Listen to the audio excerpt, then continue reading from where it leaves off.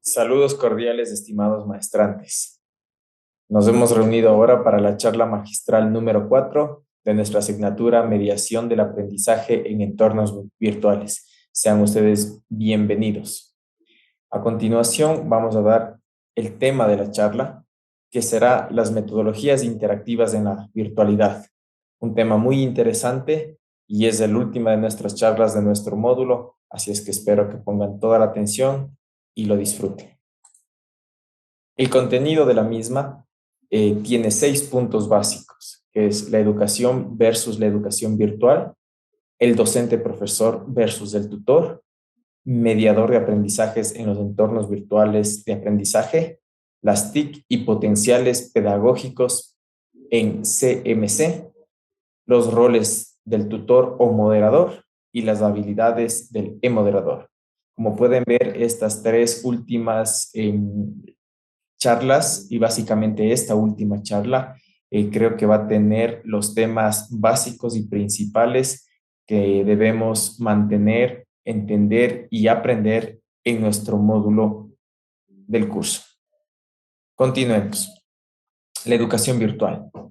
Lo he puesto aquí en forma de pregunta porque justamente creo que todos tenemos o todos hemos vivido el proceso de educación virtual en la familia, en la educación inicial, media, básica y en la universitaria también.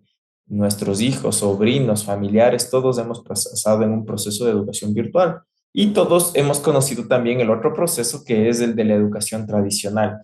Y ahí es cuando viene la pregunta que no todos nos hemos hecho sobre la educación virtual, si sirve o no sirve, si es mejor o es peor o muchos se ha escuchado discutir, hablar sobre yo prefiero la educación presencial en los niños versus, no, yo prefiero la educación virtual. Y generalmente en la categoría ya de las universidades, en educación superior, la educación virtual es la que la gente generalmente lo prefiere. ¿Por qué hay esta diferencia? ¿Por qué llegamos a ese punto de la educación virtual que muchos le pueden decir hasta que no sirve, que no vale? Y ya lo hemos escuchado en el común diario, cuando todos conversamos y hablamos en general. Entonces, ¿y por qué se da este punto? Justamente porque cuando pasamos de la educación a la educación virtual por fenómenos actuales, por fenómenos tal vez a veces fuertes que no podemos controlar, como por ejemplo la pandemia, tuvimos que hacer un proceso de educación virtual y lo principal que se puso es que la educación virtual, a diferencia de la educación, era que en la educación virtual teníamos tecnología, implementábamos sistemas tecnológicos que permitían la comunicación y la educación como tal. Entonces, eso es lo que se hizo en la gran mayoría de universidades, escuelas, colegios. Se adecuó sistemas tecnológicos para fortalecer la educación. Y en este contexto, todos tuvimos ya una educación virtual. Pero, y ahí viene justa la pregunta y el título dice, ¿eso era ya educación? Ponerle a implementar tecnológicamente todos los sistemas, herramientas tecnológicos a la disposición de tanto docentes como estudiantes, con eso bastaba para ya decir, ahora sí tenemos educación virtual. Y ahí llegamos al meollo del asunto donde creo que tuvimos muchos problemas, porque realmente en educación básica y media sobre todo, no bastó con poner tecnología. Y, y aparte que tuvimos más problemas con que la implementación tecnológica no fue buena en muchas instituciones, ¿no? Y recordemos, básicamente en la educación fiscal no tenían estas herramientas, estas conexiones, y ahí se dificultó aún más. O sea, y si pasamos al otro lado, la educación privada, como generalmente hubo una brecha, ellos sí pudieron implementar esta tecnología en los sistemas y ahí es cuando vimos que ellos creían que ya tenían educación virtual, sin embargo, no fue así tampoco. La educación como tal se vio mermada y ahí la gente, el común, donde todos vemos escuchamos que la educación virtual para la escuela y el colegio no funcionó. Entonces llegamos al meollo del asunto que no basta con la implementación tecnológica para tener una educación virtual. Entonces, ¿qué basta? ¿Qué es lo que se necesita? Y ahí viene primero una planificación tecnológica, una planificación de la implementación tecnológica. Esta implementación tecnológica debe tener un sustento en la realidad nacional. No es lo mismo que implementemos un EVA, por ejemplo, para Alemania, para Europa, para Ecuador, para Bolivia o para África. ¿Qué herramientas se requieren para la realidad de cada uno de los países? Realidades como conectividad. Hay países en los que el Internet, como aquí en el Ecuador mismo, en varias ciudades, en varias provincias, es totalmente escaso. Entonces, el EVA o los sistemas deberían ser también offline. Entonces, debemos pensar en esa realidad nacional, debemos pensar en la realidad local. Pongámonos, estamos en Quito mismo tenemos las zonas periféricas, tenemos el sur, tenemos el norte, tenemos ese tipo de situaciones donde el Internet tampoco es, sí hay una gran diferencia.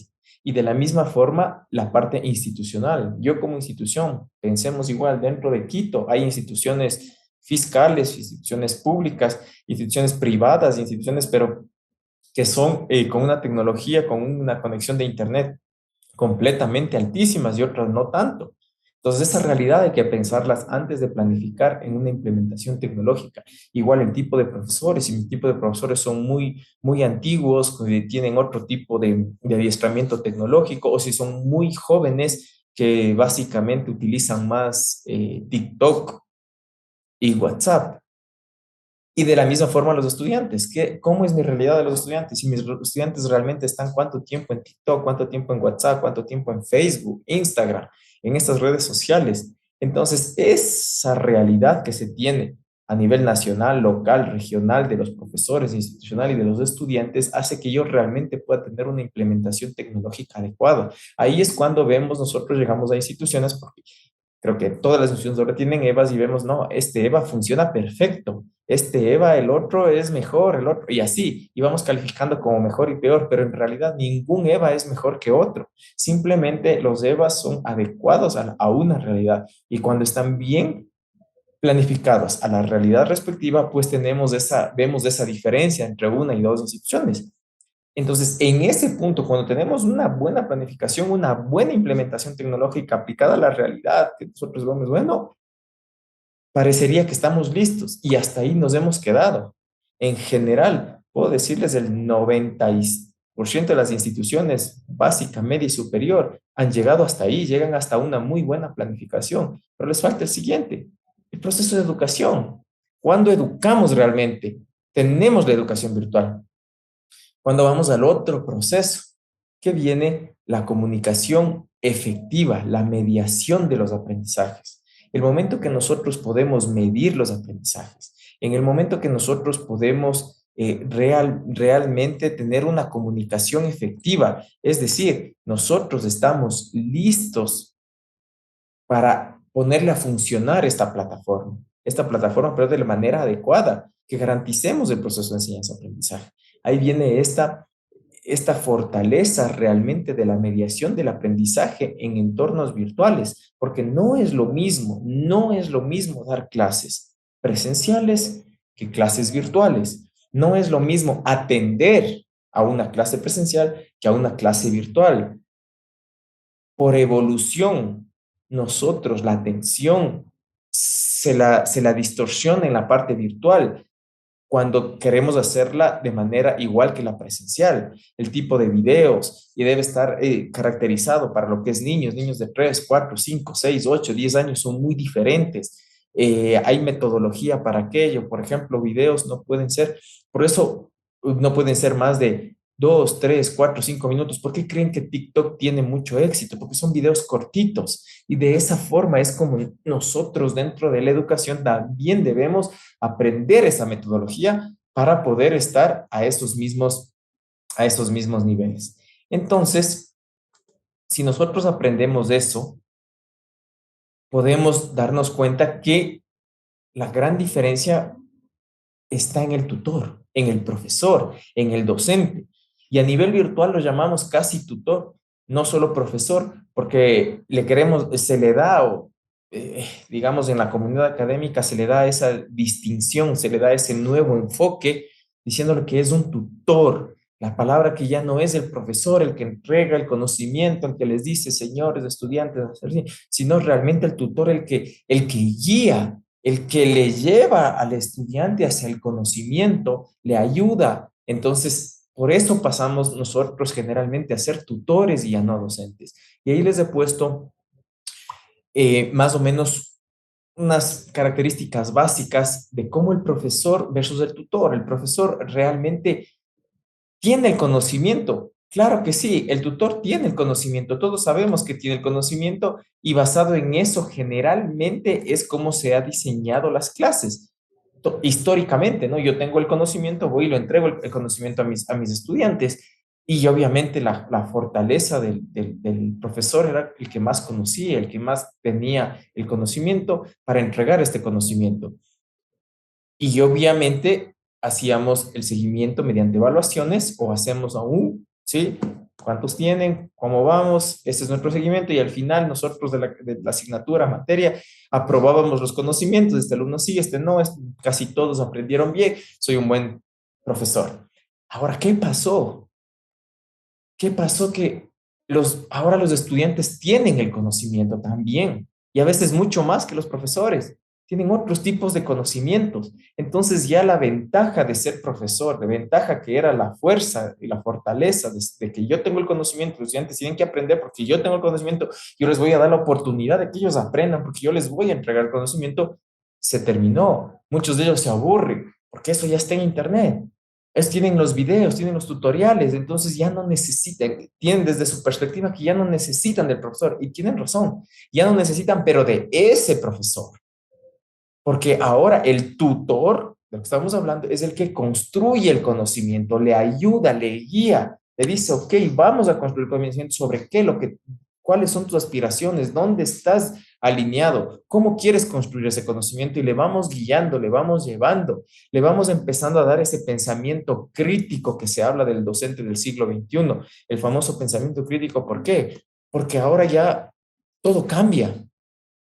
Cambia la industria, cambia la medicina, cambia la forma de vivir, cambian los celulares, cambia todo. Entonces nosotros ya debemos aprender. La información y el conocimiento es tan amplio, tiene muchísimo conocimiento, hay mucha información, pero necesitamos un pensamiento crítico para analizarla, para resolverla, para incorporarla, para criticar, pensar, distinguir, salir, evidenciar, investigar. Entonces eso requiere un análisis, requiere una reflexión. Hay mucha información que es basura, hay mucha información que es mentira, hay mucha información que también distorsiona la realidad. Y todo eso es lo que ahora se enfrentan nuestros estudiantes y es por eso la importancia de que el docente aprenda a tener un pensamiento crítico también, pero el estudiante no puede ser de otra manera. Y viene el segundo paso, también el autoaprendizaje. Al darles ese pensamiento crítico a los estudiantes, ellos también empiezan a dudar de lo que yo digo como profesor. ¿Y será que esto es así? Y no puede ser de mejor manera. Y vamos a hacer otra cosa. ¿Y cómo le unimos con otro conocimiento que yo tengo? Y empiezan a salir los autoaprendizajes de ellos. Debemos llegar, encaminar a que ellos mismos vayan teniendo estos autoaprendizajes de manera que este autoaprendizaje se convierta unido a un autoaprendizaje con otro autoaprendizaje entre varios estudiantes a los aprendizajes colaborativos, que los estudiantes en la actualidad son los que están familiarizados ya, porque sus juegos, sus videos, las redes sociales y todo es en trabajo colaborativo. Ellos están inmersos en este trabajo colaborativo.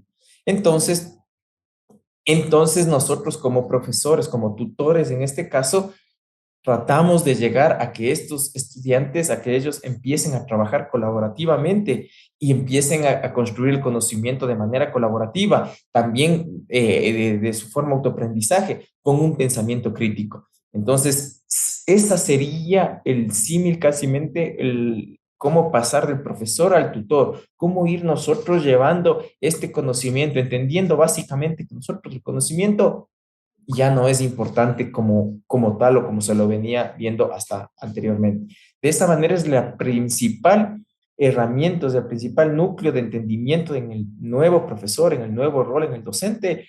¿Para qué? para que después cuando yo implemento en mi EVA, en mis sistemas, y todo lo que yo quiero mostrar a mis estudiantes, mi clase no sea en función de eso, del conocimiento y ponerles ahí lo que antes les daba en la clase presencial, ahora les pongo ahí en el EVA y les pongo PDF, les pongo el video, le pongo el archivo, le pongo esto y digo, ya, ahora sí, la evaluación. Estoy haciendo lo mismo. No entendí eso, no es el conocimiento, es la construcción del conocimiento. Entonces, si entiendo ese pequeño cambio y gran cambio, entonces mi EVA será construido ya no solo en subir contenido, sino en realmente eso será para que quiera leer las herramientas, las actividades que van en el EVA van a ser en función de una construcción de conocimiento, en función del pensamiento crítico, en función de los autoaprendizajes y sobre todo el aprendizaje colaborativo. Ahora, ¿cómo hacerlo eso? ¿Cómo yo llego? Lo que les había dicho, primero, entender que hay que ser el mediador del aprendizaje. Tenemos que ser ese mediador en este entorno virtual. ¿Cómo? Con el tutor, lo que habíamos visto anteriormente.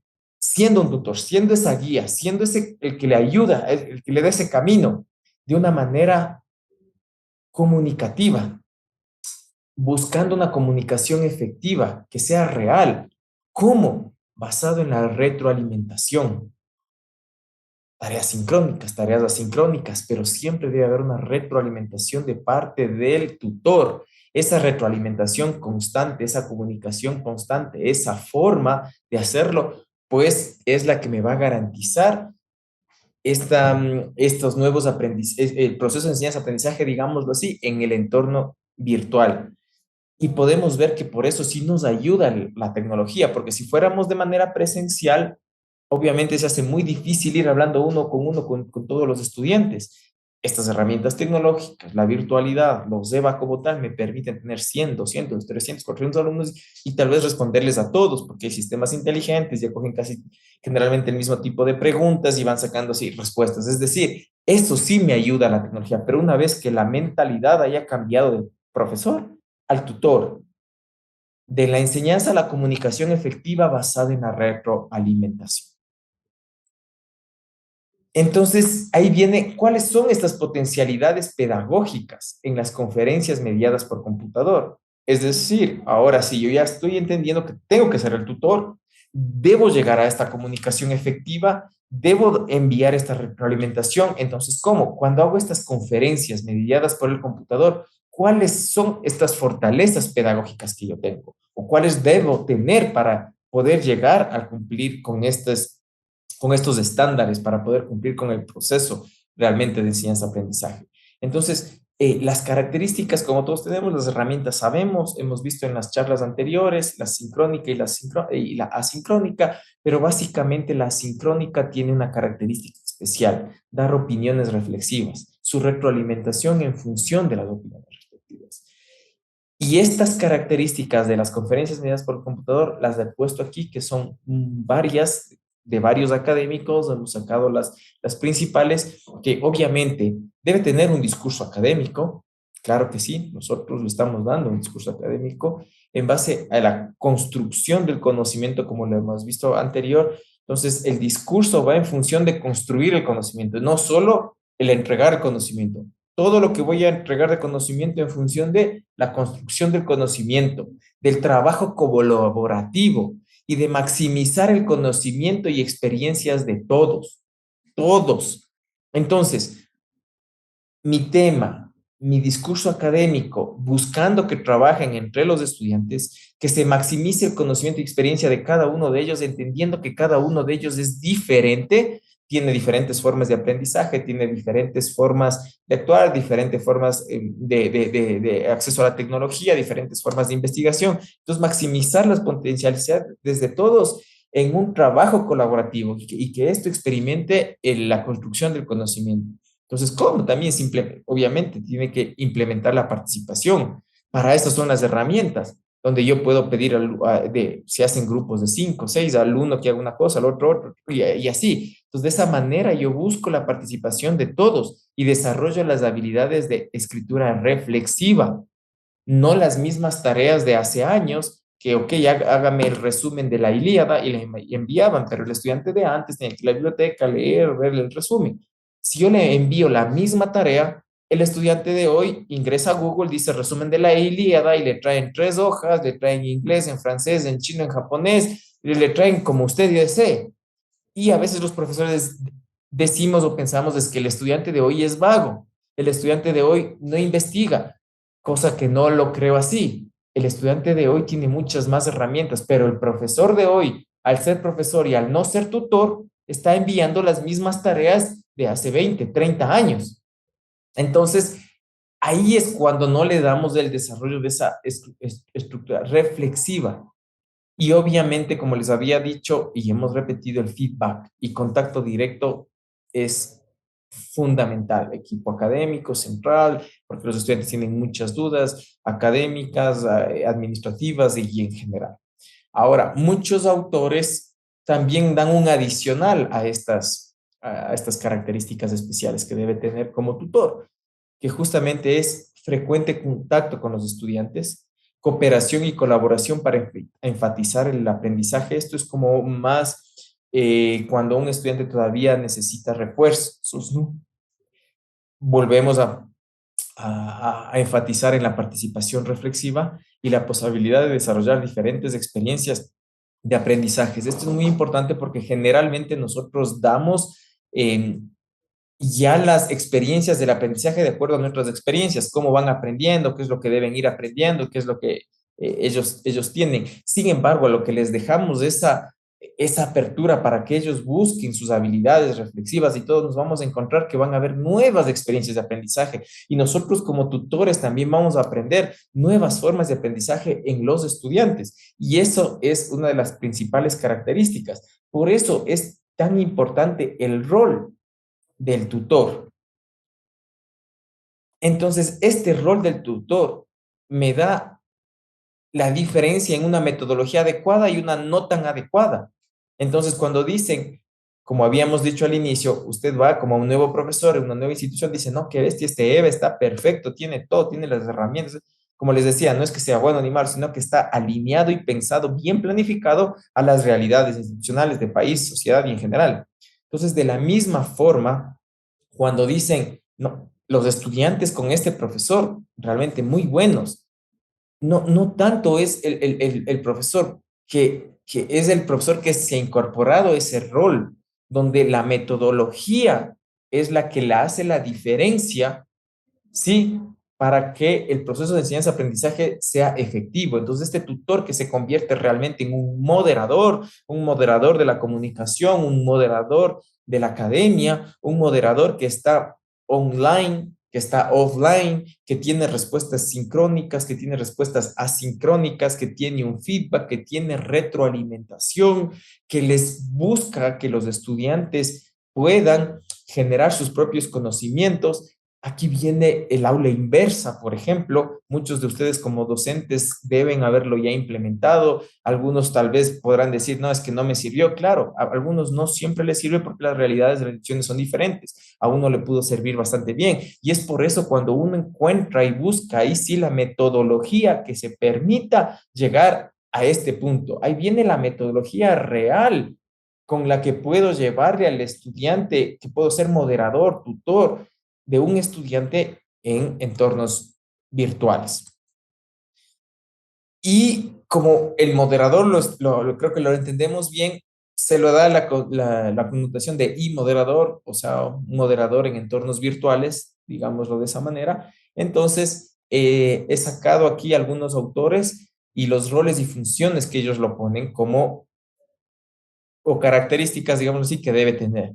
Entonces, Gisbert dice que son consultores de información, facilitadores del aprendizaje, diseñadores de situaciones mediadas de aprendizaje, moderadores y tutores virtuales, evaluadores continuos, orientadores. En cambio, Fandos ya en el 2009, mejorando esto, dice que tiene los moderadores nuevas habilidades en el ámbito verbal como en el no verbal, son las comunicativas, predominio de la función de tutorías, lo que habíamos hablado, y cambio de actitud, desarrollar la actividad docente en un entorno virtual de formación. Justamente este punto creo que no lo hemos topado mucho, la actitud que debe tener el rol del moderador, el moderador en entornos virtuales, es una actitud positiva, porque recuerde, generar empatía es mucho más difícil en un entorno virtual. Número dos, generar deseo, ganas de aprender en los estudiantes es mucho más difícil en entornos virtuales. Más que difícil, digamos lo que es diferente. Porque a veces nosotros para motivar a nuestros estudiantes recordemos que la educación se basa en la motivación, ellos deben tener una motivación. A veces antes en nuestras escuelas, ustedes recordaron en los colegios, decían, a ver, todos los estudiantes levantarse, abran las manos, cierren, ahí respiren, hacía una broma y cosas así. Entonces empezaba a generar un espacio digamos, un espacio lúdico, de tal manera que empecemos a trabajar con mucha más armonía y ahí empezaban digamos, características para hacer motivación, ¿no? Varias estrategias. Sin embargo, acá es diferente. Entonces, por eso es lo que se requiere un cambio de actitud, como ya lo dijo Fandos. Y Siemens dice que hay que amplificar, llamar la atención sobre ideas y conceptos relevantes, hay que intermediar, facilitar el acceso a lecturas y recursos, señalizar, apoyar a los aprendizajes para que confíen en su capacidad, muy importante que confíen en su capacidad. Agregar, evidenciar patrones a partir de las conversaciones con herramientas visuales, filtrar, ayudar a los aprendices a pensar críticamente sobre la información, lo que ya lo habíamos hablado, modelar, poner de manifiesto información relevante y patrones de interacción. Justamente es cuando tú le das la guía, no les dejas tampoco ahí botados, sino les vas poniendo modelos, patrones para que ellos sigan esos caminos, ¿no? Y la presencia continua, mantener presencia continua como instructor durante todo el curso. Tiene que sentirse el estudiante que no está solo con una computadora, sino que realmente el tutor está atrás de él. El tutor le está dando un seguimiento completo. Como conclusión, las metodologías interactivas en la virtualidad dependen de una estructura tecnológica adecuada, claro que sí, dentro de mi experiencia corresponden pero a un 20% de todo el proceso de enseñanza-aprendizaje. Y la comunicación efectiva realmente es la que le da este 80% restante, que es la fundamental, y está basada en el rol del tutor o el moderador que habíamos visto, que garantizan el aprendizaje, garantizan realmente el aprendizaje y repito, está en este tutor moderador. Solamente así vamos a cumplir el ciclo del proceso de enseñanza-aprendizaje adecuados para la modalidad virtual. Estimados maestrantes, ha sido un placer. Muchísimas gracias. Tengan todos ustedes un muy buen día.